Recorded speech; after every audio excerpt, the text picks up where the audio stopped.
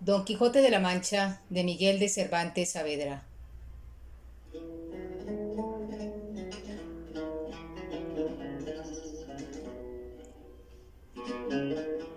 Entrega 42.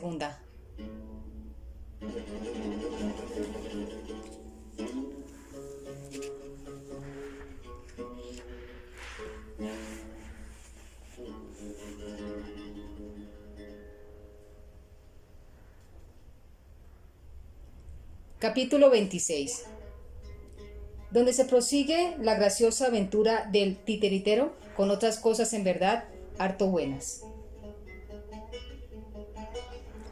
Callaron todos, tirios y troyanos, quiero decir, pendientes estaban todos los que el retablo miraban de la boca del declarador de sus maravillas, cuando se oyeron sonar en el retablo cantidad de atabales y trompetas, y dispararse mucha artillería, cuyo rumor pasó en tiempo breve, y luego alzó la voz el muchacho y dijo: Esta verdadera historia que aquí a vuesas mercedes se presenta es sacada al pie de la letra de las carónicas francesas y de los romances españoles que andan en boca de las gentes y de los muchachos por esas calles.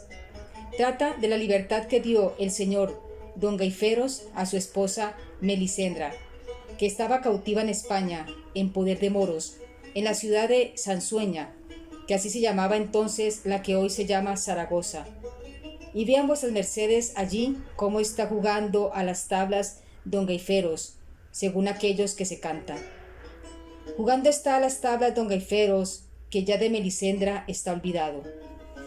Y aquel personaje que allí asoma, con corona en la cabeza y cetro en las manos, es el emperador Carlomagno, padre putativo de la tal Melisendra, el cual, mohíno de ver el ocio y descuido de su yerno, le sale a ñarrir, y adviertan con la vehemencia y ahínco que le riñe, que no parece sino que le quiere dar con el cetro media docena de coscorrones.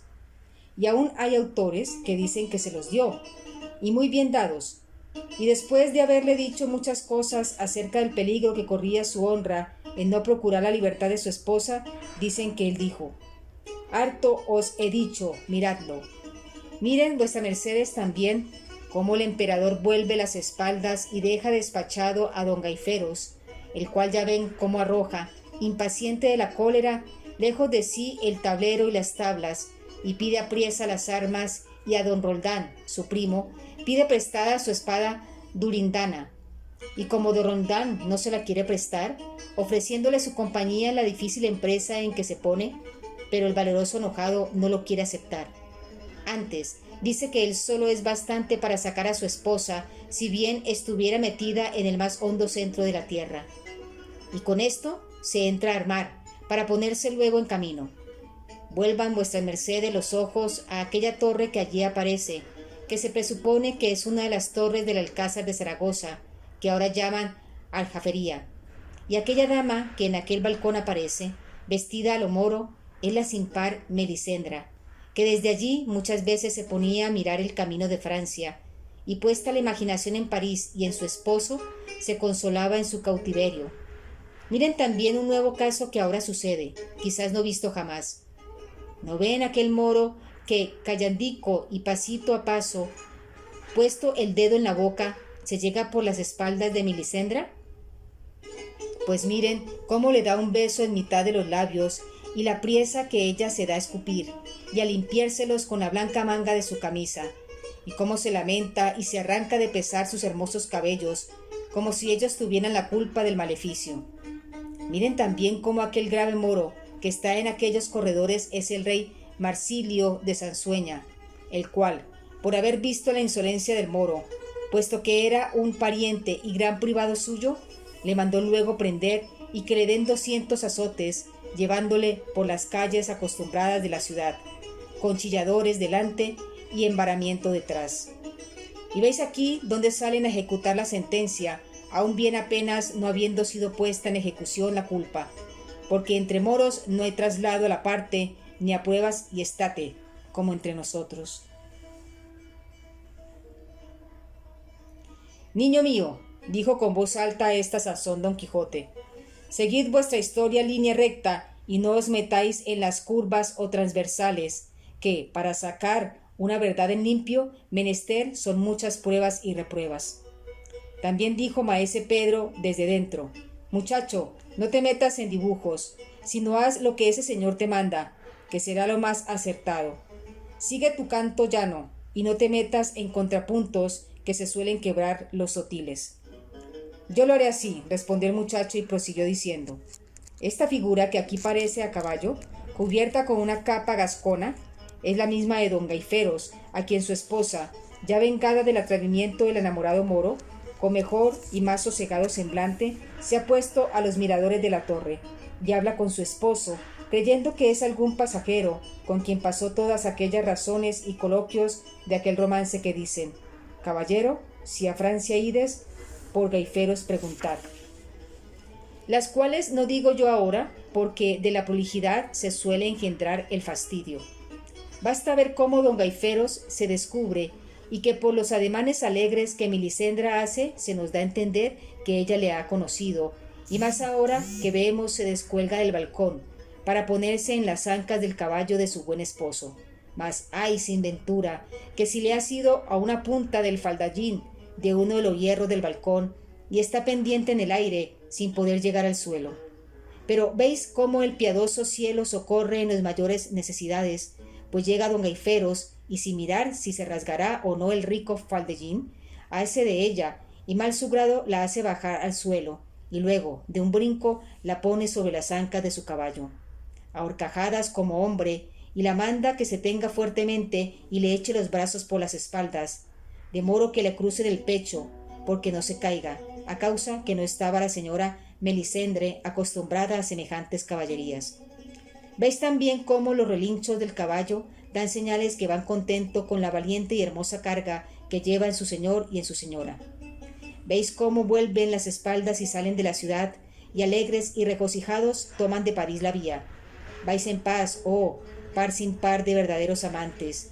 Llegáis al salvamento a vuestra deseada patria, sin que la fortuna ponga estorbo en vuestro feliz viaje.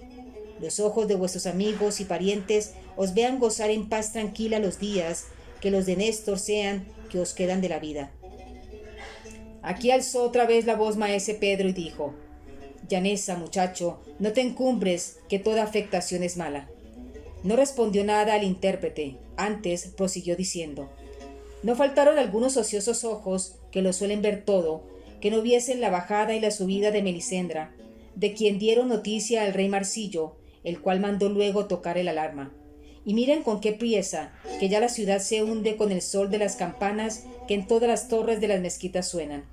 Eso no, dijo a esta sazón don Quijote. En esto de las campanas anda muy impropio maese Pedro, porque entre moros no se usan campanas, sino atabales, y un género de dulzainas que parecen nuestras chirimías, y esto de sonar campanas en Sansueña, sin duda que es un gran disparate. Lo cual oído por maese Pedro, cesó el tocar y dijo, no mire vuestra merced de niñerías, señor don Quijote, ni siquiera llevar las cosas tan por el cabo que no se le halle. No se representan por ahí, casi de ordinario, 1000 comedias llenas de 1000 impropiedades y disparates, y con todo eso, corren felicísimamente su carrera, y se escuchan no solo con aplauso, sino con admiración y todo? Prosigue, muchacho, y deja decir, que, como yo llene mi talego, si quiere represente más impropiedades que tiene átomos el sol. Así es la verdad, replicó don Quijote. Y el muchacho dijo, miren cuánta y cuán lúcida caballería sale de la ciudad en seguimiento de los dos católicos amantes.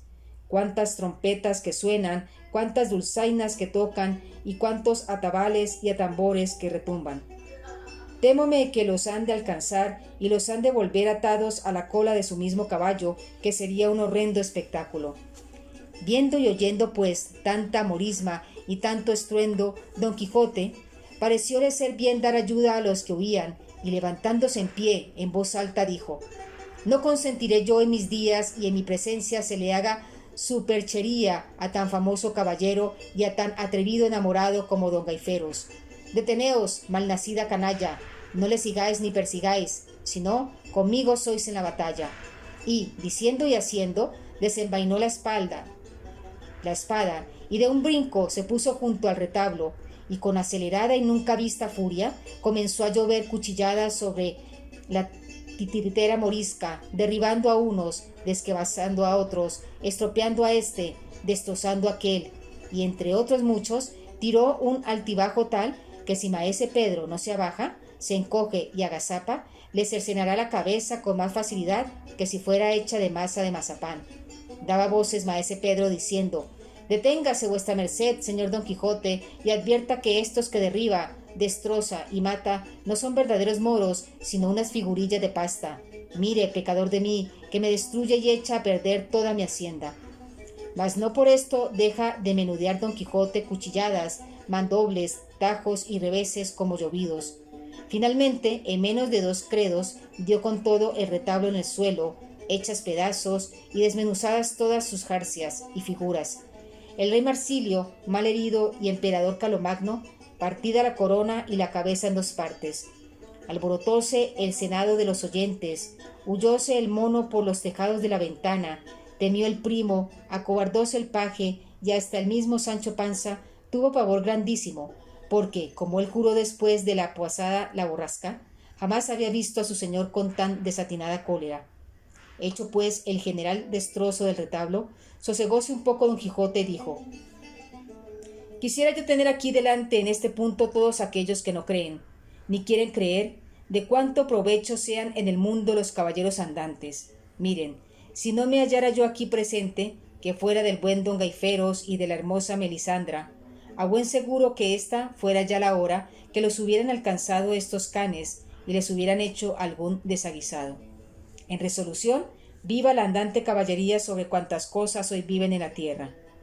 «Vivan enhorabuena», dijo a esta sazón con voz enfermiza maese Pedro, «y muera yo, pues soy tan desdichado que puedo decir con el rey don Rodrigo: ayer fui señor de España y hoy no tengo una almena que pueda decir que es mía.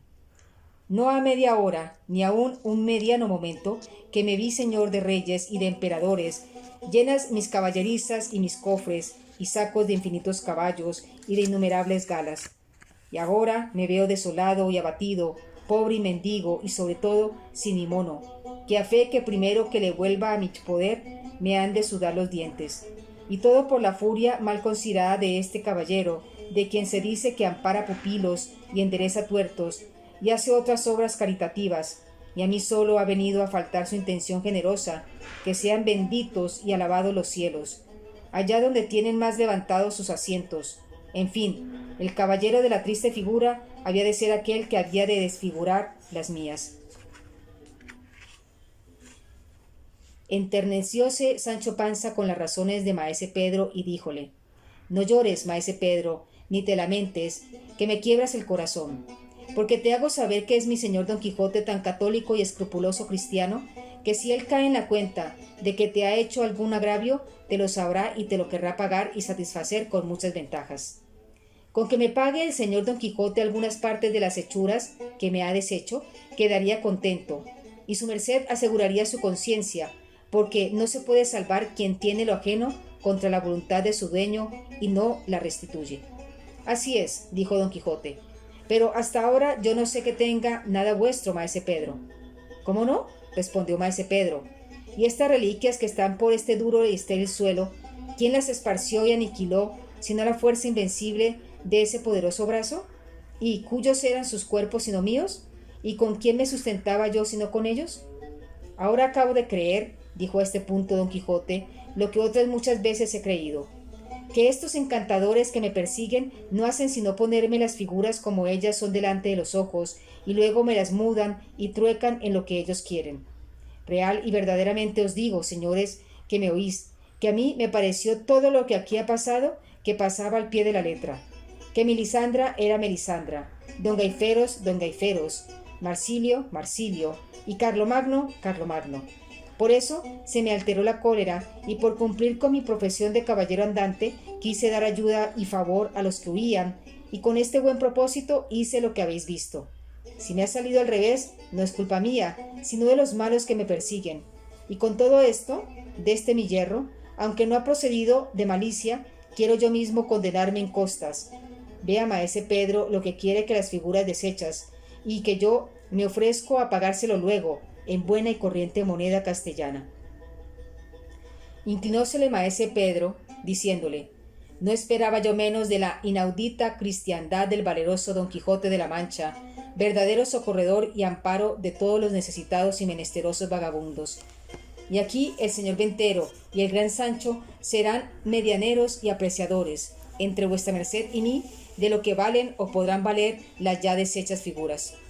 El Ventero y Sancho dijeron que así lo harían, y luego maese Pedro alzó del suelo, con la cabeza menos, al rey Marsilio de Zaragoza, y dijo: ya se ve cuán imposible es volver a este rey a su ser primero.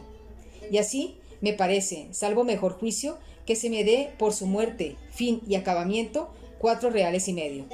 Adelante, dijo Don Quijote. Pues por esta abertura de arriba abajo, prosiguió maese Pedro, tomando en las manos al partidio emperador Carlomagno, no sería mucho que pidiese yo 5 reales y un cuartillo. No es poco, dijo Sancho. Ni mucho, replicó el Ventero. Médese la partida y señálese 5 reales. Désenle todos 5 y cuartillo, dijo Don Quijote, que no está en un cuartillo más o menos la monta de este notable desgracia. Y acabe presto, maese Pedro, que se hace hora de cenar y yo tengo ciertos barruntos de hambre. Por esta figura, dijo maese Pedro, que está sin narices y un ojo menos que la de la hermosa Melisandra, quiero que me ponga en lo justo 2 reales y 12 maravedíes. Aún así sería el diablo, dijo Don Quijote, si ya no estuviese Melisandra con su esposo, por lo menos, en la raya de Francia, porque el caballo en que iban a mí me pareció que antes volaba que corría, y así no hay para qué venderme a mí el gato por liebre, presentándome aquí a Melisandra desnarigada, estando la otra, si viene a mano, ahora holgándose en Francia con su esposo a pierna tendida. Ayude Dios con lo suyo y a cada uno, señor maese Pedro, y caminemos todos con pie llano y con intención sana, y prosiga. Maese Pedro, que vio que Don Quijote izquierdeaba y que volvía a su primer tema, no quiso que se le escapase y así le dijo: esta no debe ser Melisandra, sino alguna de las doncellas que le servían, y así, con 70 maravedíes que me den por ella, quedaré contento y bien pagado. De esta manera fue poniendo precio a todas muchas que estaban destrozadas sus figuras, y después las moderaron las 2 jueces árbitros, con satisfacción de las partes, que llegaron a 40 reales y 3 cuartillos, y además de esto, que luego lo desembolsó Sancho, pidió maese Pedro 2 reales por el trabajo de tomar el mono. Dáselo, Sancho, dijo Don Quijote, no para tomar el mono, sino la mona, y 200 directa, yo ahora, en albricias, a quien me dijere con certidumbre que la señora doña Melisandra y el señor don Gaiferos estaban ya en Francia y entre los suyos. Ninguno nos lo podrá decir mejor que mi mono, dijo maese Pedro, pero no habrá diablo que ahora le tome, aunque imagino que el cariño y el hambre le han de forzar a que busque esta noche, y amanecerá Dios y veremos. Antes que amaneciese, se fue el que llevaba las lanzas y las alabardas, y ya después de amanecido, se vieron a despedir de Don Quijote, el primo y el paje del uno, para volverse a su tierra, y el otro a proseguir su camino, para ayudar cual le dio Don Quijote una decena de reales. Maese Pedro no quiso volver a entrar en más dimes ni diretes con Don Quijote, a quien él conocía muy bien, y así madrugó antes que el sol, y recogiendo las reliquias de su retablo y a su mono, se fue también a buscar sus aventuras. El Ventero, que no conocía a Don Quijote, tan admirado le tenía sus locuras como su liberalidad. Finalmente, Sancho le pagó muy bien, por orden de su señor, y despidiéndose de él, casi a las 8 del día, dejaron la venta y se pusieron en camino, donde los dejaremos ir, que así conviene para dar lugar a contar otras cosas pertenecientes a la declaración de esta famosa historia.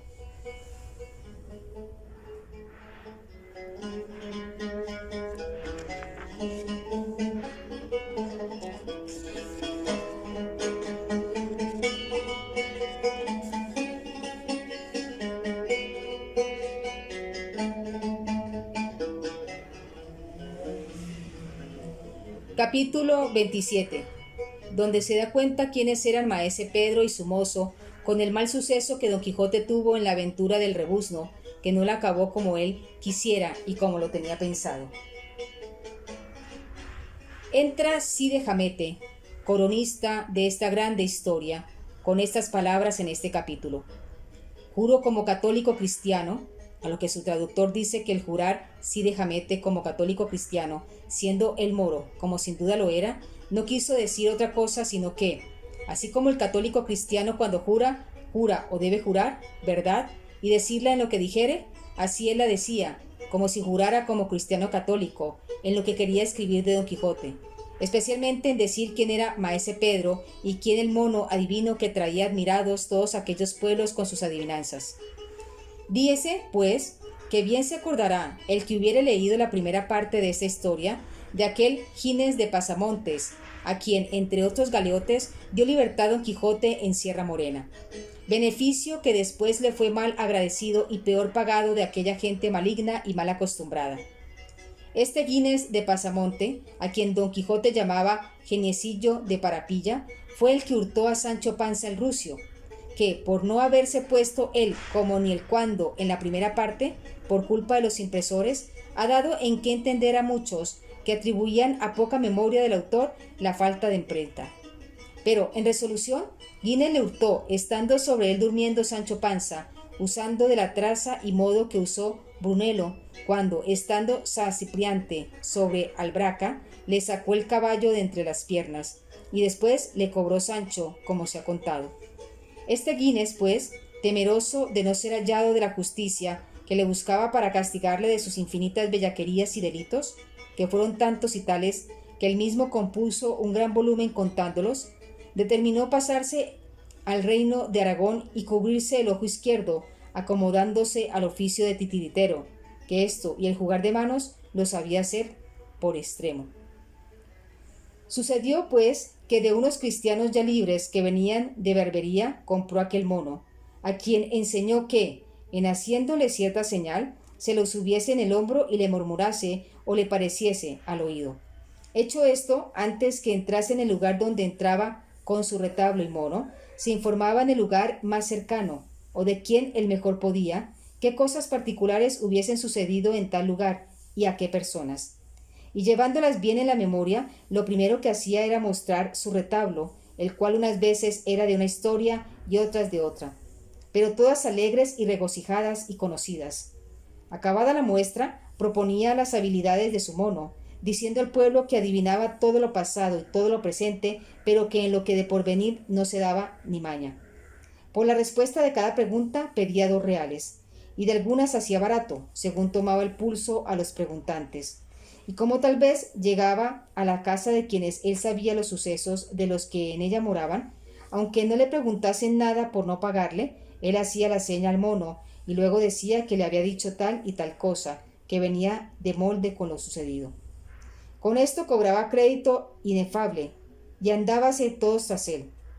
Otras veces, como era tan discreto, respondía de manera que las respuestas venían bien con las preguntas, y como nadie le apuraba, ni le apretaba que dijese cómo adivinaba su mono, a todos hacía monas y llenaba sus esqueletos. Así como entró en la ventana, conoció a Don Quijote y a Sancho Panza, cuyo conocimiento le fue fácil poner en admiración a Don Quijote y a Sancho Panza, y a todos los que en ella estaban. Pero hubiéranle de costar caro si Don Quijote bajara un poco más la mano cuando cortó la cabeza al rey Marsillo y destruyó toda su caballería, como queda dicho en el antecedente capítulo. Esto es lo que hay que decir de Maese Pedro y de su mono. Y volviendo a Don Quijote de la Mancha, digo que, después de haber salido de la venta, determinó de ver primero las riberas del río Ebro y todos aquellos contornos, antes de entrar en la ciudad de Zaragoza, pues le daba tiempo para todo el mundo que faltaba desde allí a las justas.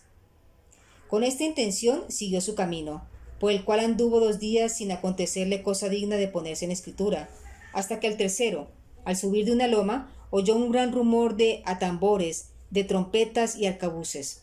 Al principio pensó que algún tercio de soldados pasaba por aquella parte, y por verlos picó a Rocinante y subió la loma arriba. y cuando estuvo en la cumbre vio al pie de ella, a su parecer, más de 200 hombres armados de diferentes suertes de armas, como si dijésemos lanzones, ballestas, partesanas, alabardas y picas, y algunos arcabuces y muchas rodelas.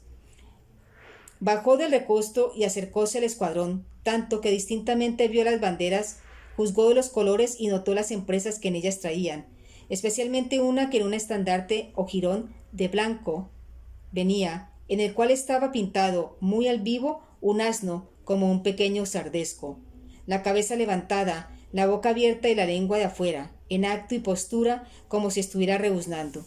Alrededor de él estaban escritas las letras grandes de estos versos: no rebuznaron en balde el uno y el otro alcalde. Por esta insignia sacó don Quijote que aquella gente debía de ser del pueblo del rebuzno. Así que lo dijo a Sancho, declarándole lo que en el estandarte venía escrito.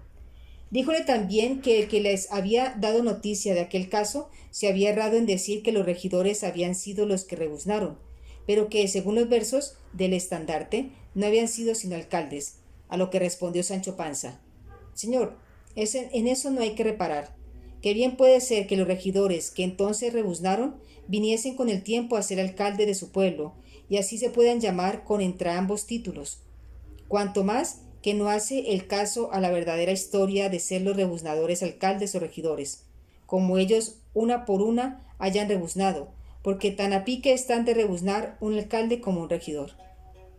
Finalmente conocieron y supieron cómo el pueblo corrido salía a pelear con otro que corría más de lo justo y de lo que se debía a la buena vecindad. Fuese llegando a ellos don Quijote, no con poca pesadumbre de Sancho, que nunca fue amigo de hallarse en semejantes jornadas. Los del escuadrón se recogieron en medio, creyeron que era alguno de los de su parcialidad. Don Quijote, alzando la visera, con gentil brío y continente, llegó hasta el estandarte del asno, y allí se le pusieron alrededor todos los más principales del ejército, por verle, admirados con la admiración acostumbrada en que caían todos aquellos que a la vez miraban por primera a Don Quijote. Don Quijote, que los vio tan atentos a mirarle, sin que ninguno le hablase ni le preguntara nada, quiso aprovecharse de aquel silencio y rompiendo el suyo alzó voz y dijo: Buenos señores, cuán encarecidamente puedo, os suplico que no interrumpáis un razonamiento que quiero haceros, hasta que veáis que os disgusta y enfada, que si esto sucede, con la más mínima señal que me hagáis, pondré un sello en mi boca y echaré la mordaza a mi lengua. Todos le dijeron que dijese lo que quisiera, que de buena gana le escucharían. Don Quijote, con esta licencia, prosiguió diciendo: Yo, señores míos, soy caballero andante, cuyo ejército es el de las armas y cuya profesión la de favorecer a los necesitados, de favor y acudir a los menesterosos. Días ha que he sabido vuestra desgracia la causa que os mueve a tomar las armas a cada paso, para vengaros de vuestros enemigos. Y habiendo discurrido una y muchas veces en mi entendimiento sobre vuestro negocio, hallo, según las leyes del duelo, que estáis engañados en teneros por afrentados, porque ningún particular puede afrentar a un pueblo entero, si no es retándoles de traidor o por junto, porque no saben en particular quién cometió la traición, porque la reta. Ejemplo de esto tenemos en don Diego Ordóñez de Lara, que retó a todo el pueblo zamorano, porque ignoraba que solo Bellido Dolfos había cometido la traición de matar a su rey. Y así retó a todos, y a todos tocaba la venganza y la respuesta. Aunque bien es verdad que el señor don Diego anduvo algo demasiado, y aún pasó muy adelante los límites del reto, porque no tenía para qué retar a los muertos, a las aguas ni a los pares, ni a los que estaban por nacer, ni a las otras menudencias que allí se declaraban. Pero vaya, pues cuando la cólera sale de madre, no tiene la lengua padre, halló sin freno que la corrija.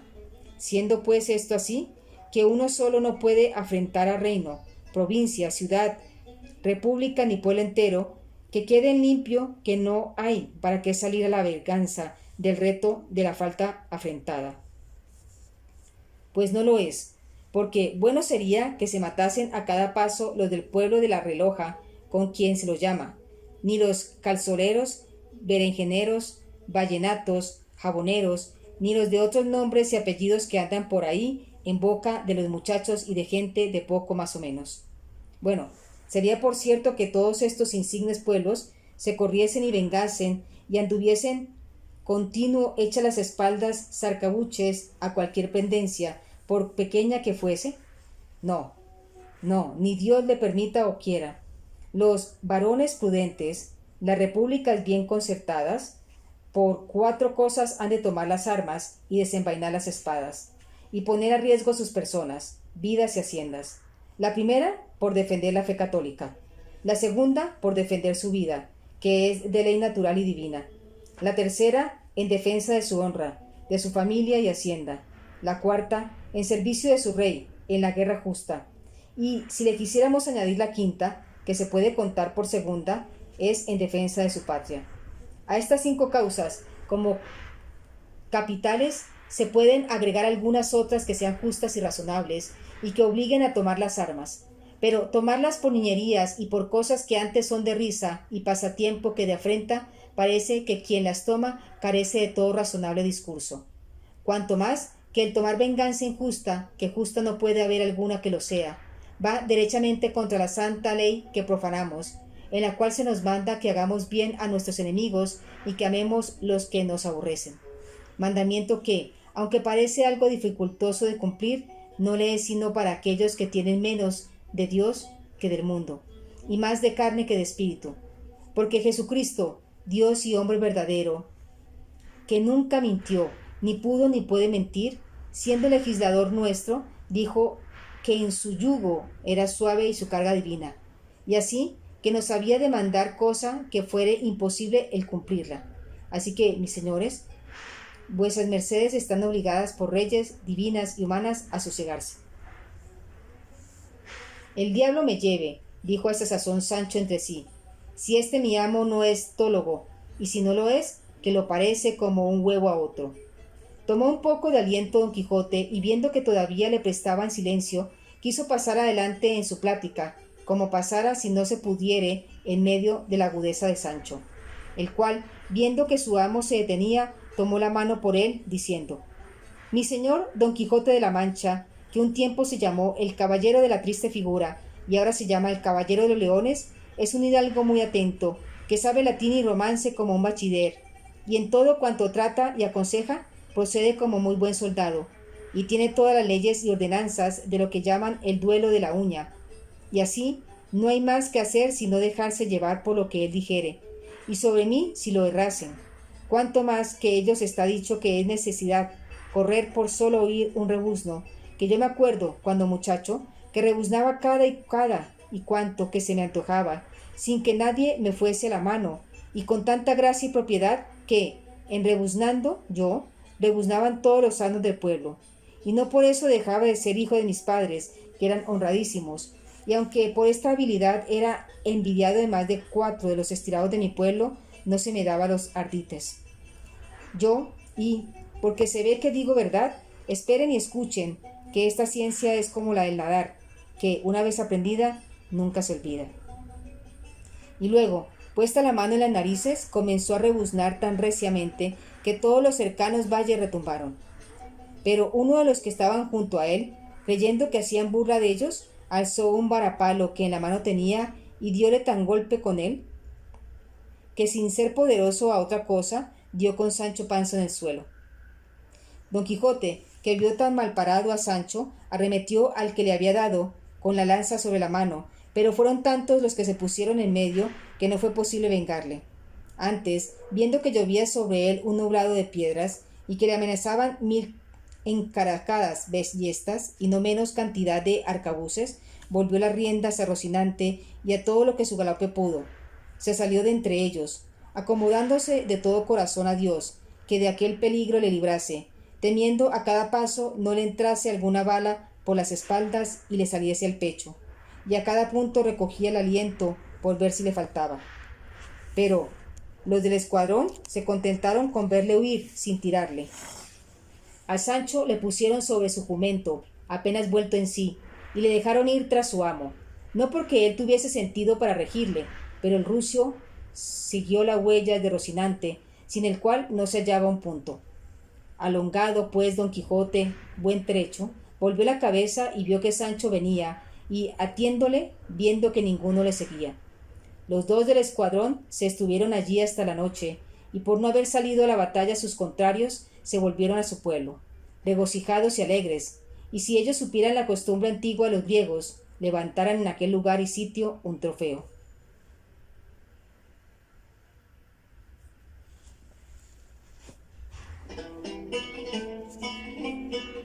Y esperad vuestras mercedes la entrega 43ª.